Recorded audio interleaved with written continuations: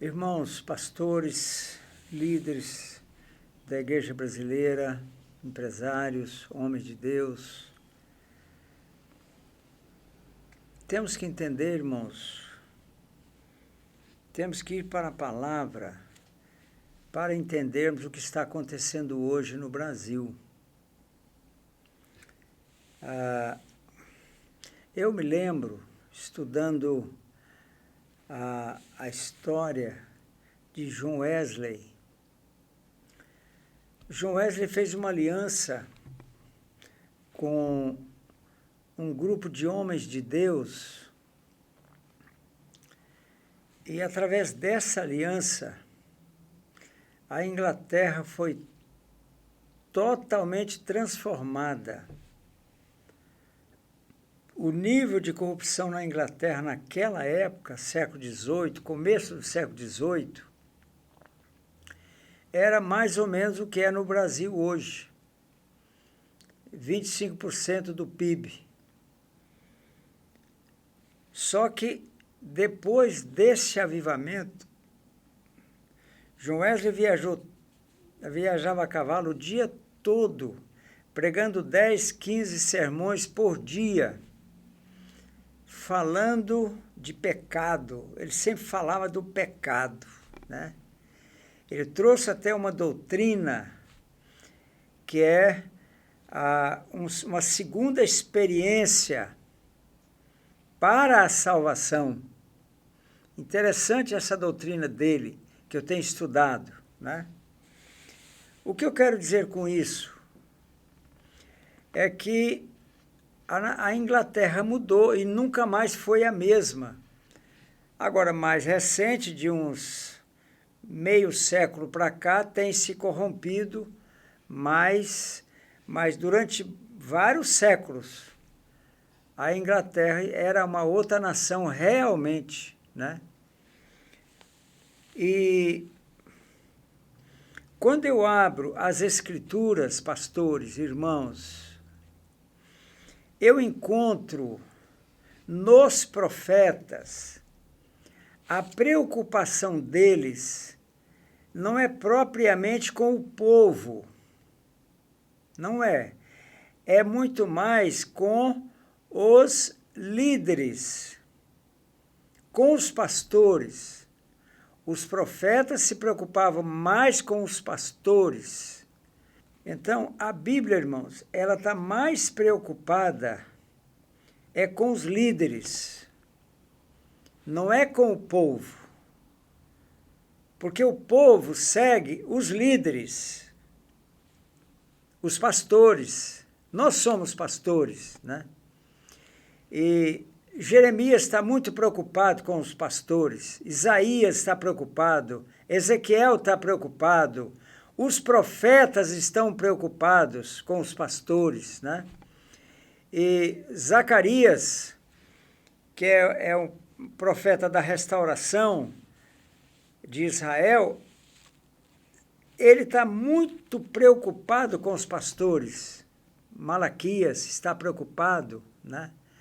Então, os profetas estão preocupados conosco. E como está a situação do Brasil hoje? Eu estava conversando agora há pouco, irmãos, com um empresário nosso aqui da igreja. Ele está dizendo que o lucro, ele está continuando a vender, mas o lucro foi lá para baixo. Porque ele está sendo obrigado a concorrer com os próprios fornecedores, que para ganhar mais estão vendendo diretamente para aquele a quem ele venderia. Olha a situação.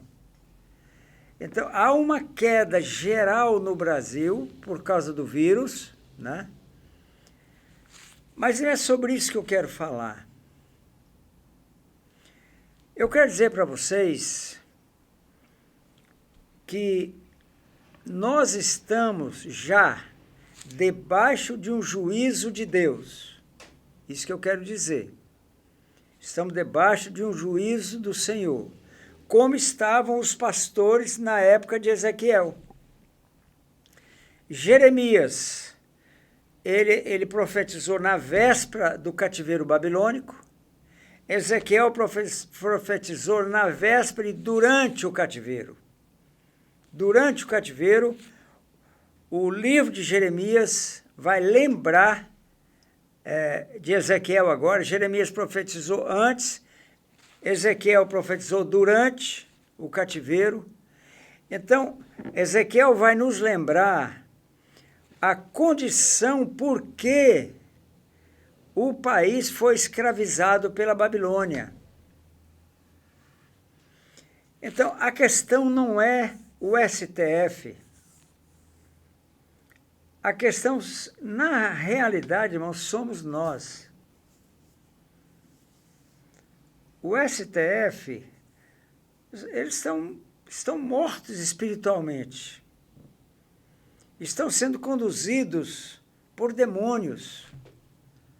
Então, como eu vou esperar alguma coisa boa se eles estão sendo conduzidos por demônios?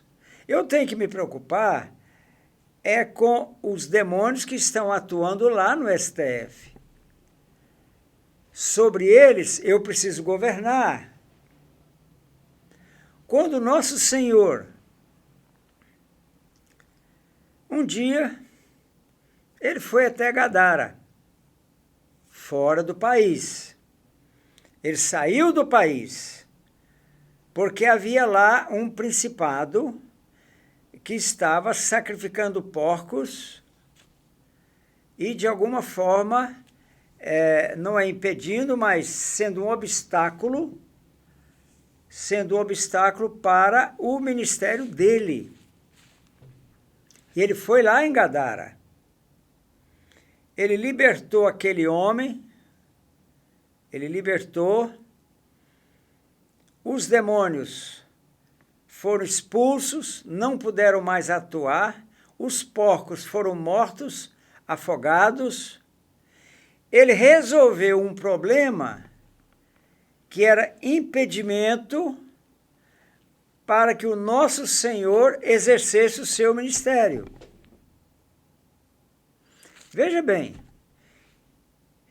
essa ida dele a Gadara está em Lucas 8. Ele vai e expulsa os demônios e tal, resolve. Quando ele volta, Lucas 9, ele fala assim: dou-lhes poder e autoridade sobre todos os demônios. Porque os 70 que ele logo iria escolher, que ele escolheu no capítulo 10, os 70, esses 70, irmãos, eles para que eles fossem a todas as nações da terra. E foram. Naquela época, todas as nações da terra foram alcançadas. Então, a partir de quê? A partir da igreja, a partir dos 70, que foram missionários. Então, irmãos, primeiro, capítulo 8 de Lucas, ele vence o principado maior daquela região.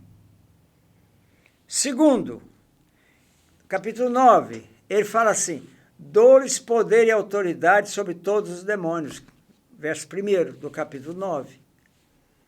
Veja a sequência. Capítulo 10, ele envia os 70. Então, o problema não é o STF, não é o Gilmar Mendes, não é o Alexandre Moraes, não é. O problema somos nós.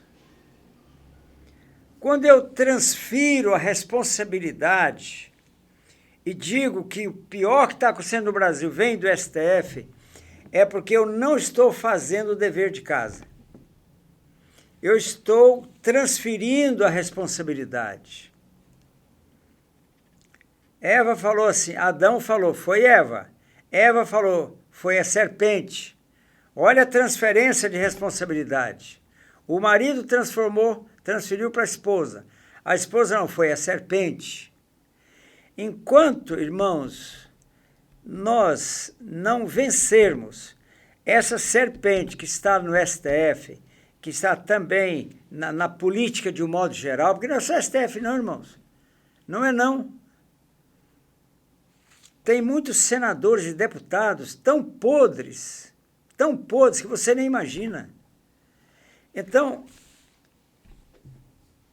ali está o lugar, os demônios alojados ali. Alojados ali. O nosso dever, irmãos, nosso dever não é falar mal dos ministros do STF. Eu não concordo com a atitude deles, o Brasil inteiro não concorda. Agora, essa atitude do Fachin, o próprio colega dele, o Marco Aurélio, rasgou com ele, a chita rasgou de verdade, né? Então, lá, deixa para lá. Deixa para lá. O nosso problema é outro. Nosso problema é fazer o nosso dever de casa. Como o senhor fez. O senhor fez o dever de casa. Como um homem. Não pense aqui que é Deus, Jesus Deus, expulsando os demônios de Gadara. Não é não. Porque ele fez os demônios. Ele pode assim, ó, com um toque, enviar todos para o inferno, se ele quiser. Ele pode fazer, mas não foi ele, foi Jesus, homem. E quando ele nos deu poder e autoridade sobre todos os demônios, inclui os demônios que estão lá no STF, que estão no Senado, que estão lá na política de um modo geral, na Câmara, de um modo geral. Não, na verdade, não são só eles, porque quando há um corrupto, há um corruptor. Eles agem por dinheiro, esse povo todo age por dinheiro. Há um corruptor.